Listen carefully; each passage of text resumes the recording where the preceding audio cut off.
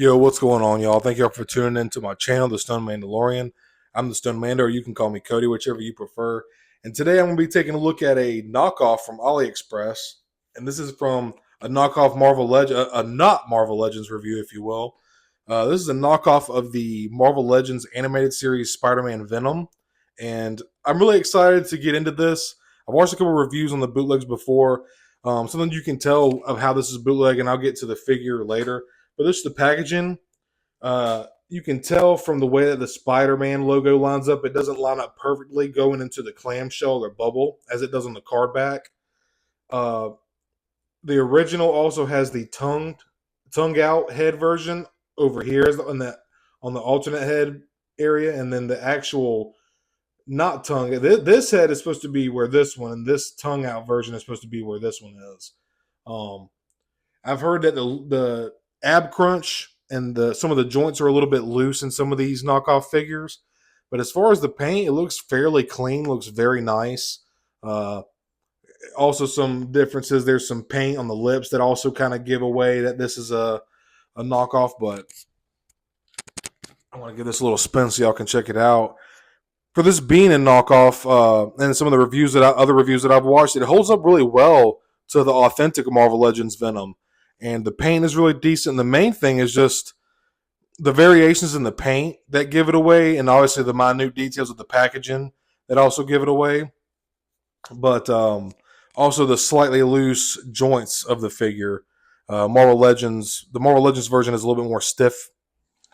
Just to give you all a closer look here at the paint, one of the things you can see is on the original version, the blue comes a little bit past onto the right side or the left side of the head, and this is on both versions. This bootleg version, the way you can tell it's bootleg is that the blue and the red on the lips aligns. It's more symmetrical with the center of the alternate heads and the head itself, as you can see. And then also some of the cell shading is also a little bit different. I don't have the original to compare it with, but when you have the original next to it, you can see the differences. Some of the differences, like I said, they're very minute. You almost couldn't tell. Um, it's very hard to tell if you don't have them side by side. And I'm trying to see. I've also seen some versions of knockoffs where they have tape over the alternate head and the hands, but this one doesn't have any alternate tape over it. But like I said, you can see the eyes. Look, the paint is actually really clean on here. Not too bad. They kind of butchered the packaging a little bit, but that's whatever. Then another sign you can tell is on the where the clamshell is. There's this kind of like, I don't know if I'm going to pick it up on camera. There's like this dotted texture around where the clamshell is on the back, the imprint of the clamshell on the back of the box. It's not showing up on camera as well, but there's where you see the clamshell, the outline of it, there's this dotted texture along where it seals to the box.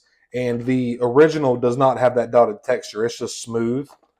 And something else that I've seen a couple other people post is, I don't know if you can tell. I wish, like I said, I don't have the authentic version. It's much more noticeable when they're side by side. But this is kind of like of a pixelated, dotty cardboard. I don't know how to explain it. And the authentic version is a little more smooth, from what I understand.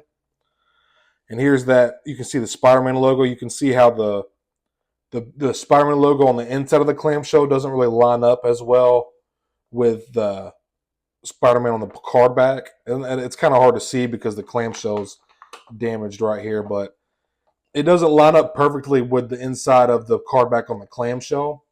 And also something else to look out for is the M on the man part of Spider-Man is cut off by where the peg hanger is, and on the authentic versions you can see the M completely. So just from the packaging, that's a couple things that you can look at to tell if it's authentic or not. Like I said earlier, these heads will be switched out, so the tongue out version would actually be to the side. And those are the main differences. There is another way you can check. I believe it's something to do with the barcode or the lot number here. I forget what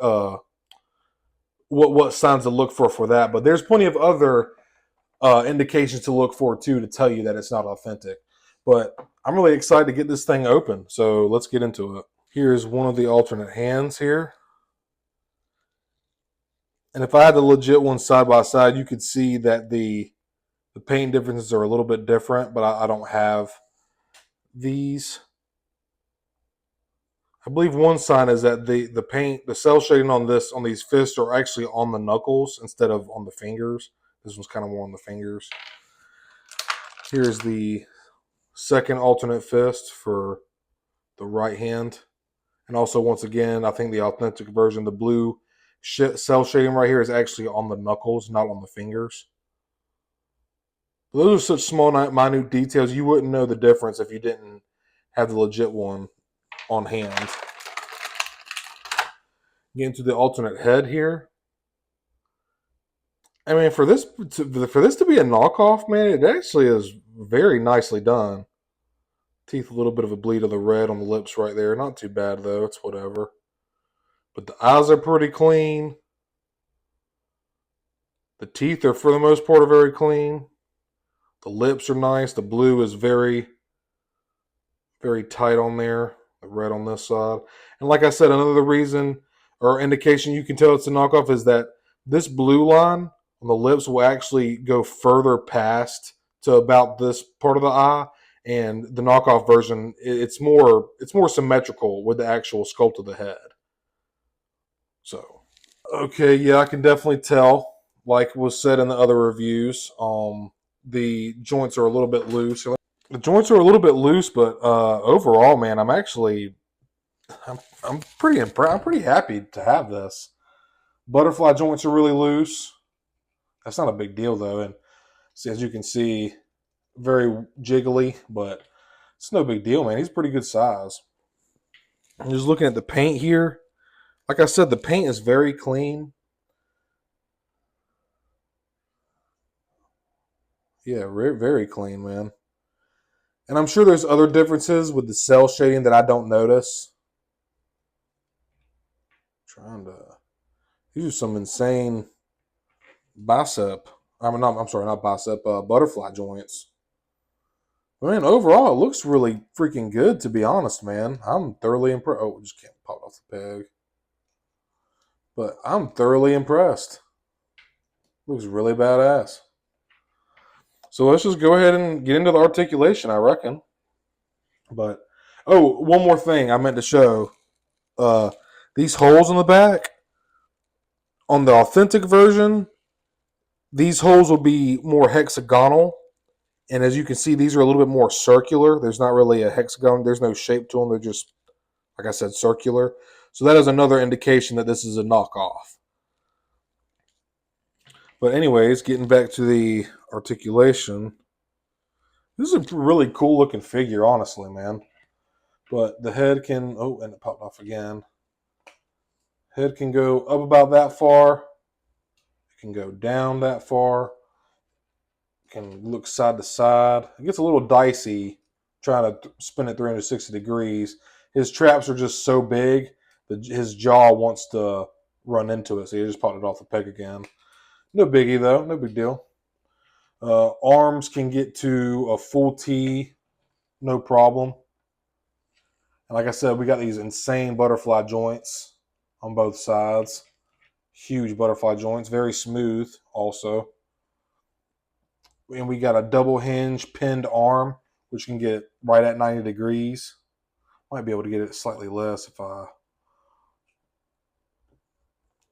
his bicep and his forearms are just so big it's buttoned up against each other. But that's still pretty good. You get to a 90 degrees, slightly below 90 degrees right here. We do have a horizontal hinge on the right hand. Horizontal hinge on the left hand as well. We do have some ab crunch. You can bend forward about that far. You can go back. So there's definitely some good ab crunch. Pretty typical for a Marvel Legends figure. There's also rotation. He can kick out right in front of him, no problem. He's got a little bit of kickback. Double jointed pinned knees. So you can get his calf to touch his hamstring. Venom's kind of like a powerlifter bodybuilder, man. And feet go down that far, which Eddie Brock was a pretty big guy. and they go up that far. And of course, there's rockers on them as well. But yeah, dude, really decent articulate. It's like I said, I've watched other reviews on the bootlegs being compared to the authentic ones, and they're damn near identical, man. This looks really good. Other than like I said, the small bits of cell shading, there's really not much of a difference. And as you can see, the loose articulation. But other than that, dude, if you want Venom on your shelf without having to pay 50, $60 for the legit Marvel Legends, I really feel like this AliExpress bootleg serves justice to this character. Got some nice sculpt in the veins. I mean, this is damn near identical to the authentic version. I was looking at it just this morning. I've been eyeing it for quite some time and just didn't really want to pay $60. Like I would. I've paid. Like I said, for me, as you can tell from my channel name, I'm mostly a Star Wars guy, Black Series focused channel. But I've spent as much as $50 on a figure. But that's not to say that I want to do that all the time. And I just really wasn't trying to do that. I love Venom. Venom's badass. And I love Spider-Man the animated series. I grew up watching it with my brother. But I just wasn't trying to pay $60 to have a Venom on my shelf, man. But this thing holds up really well, dude. I am thoroughly impressed. Very pleased. Like I said, it's just worth it. If you want a version of Venom on your shelf, the animated version at that, I don't think you can go wrong with this, man. I'm pretty happy. He looks really awesome. Articulation is very nice. Like I said, a bit loose in the at the ab crunch and the hips, and the butterflies are very smooth. But the rest of the joints are pretty tight. The ankles are a bit loose, to be honest with you. But that's not what's that stuff called, like Kiki's joint fixer or something like that.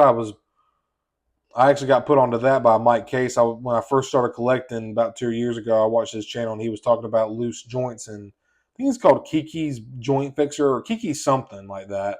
But this is nothing that some of that Kiki stuff couldn't. You just dab a little dab on the hinge right there, and it just helps stiffen up those joints and not make them so loose. But really, really awesome figure, dude. I'm trying to throw him in a couple poses real quick.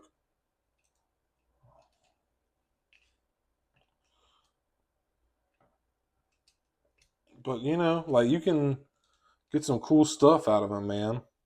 Like look at that right there. That's dope. Throw some alternate hands on. See if I can see how he stands with these loose ankles. Try to get him. I like to put most of my figures in like cool action poses. Let's see what kind of lunge action. Oh, you know what I almost forgot to do? I didn't even show off his splits. He can't get a full split. That's not too bad.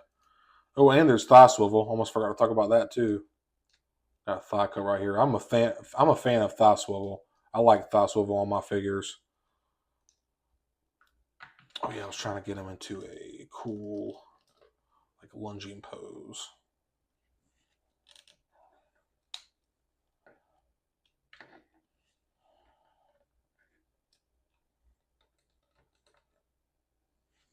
Yeah, like check that out, dude. Oh, trying to balance on real quick. Pretty dope, man. I have no complaints. It may not be a legit Marvel Legends, but it looks pretty damn nice to me. When I do my figure reviews, I pretty much always, I always do a side-by-side comparison. It's one of my favorite parts of my reviews. It just kind of gives you an idea of the scale of the figure, and it just makes it feel more real when you start introducing other characters. But here on the left and right are authentic Marvel Legends figures.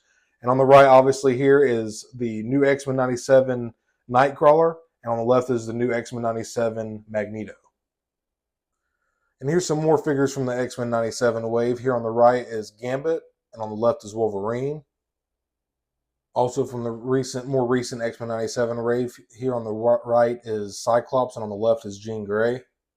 And I figured the most appropriate way to end off these side-by-side comparisons would be with other animated series Spider-Man figures. And here on the right, these are also authentic Marvel Legends. Here on the right is the Hobgoblin, and on the left is Symbiote Spider-Man. And I gotta say, man, this figure like I said, man, it's damn near identical to the authentic, the OG Marvel Legends. It's damn near identical, and it just scales really well with the other 6-inch figures.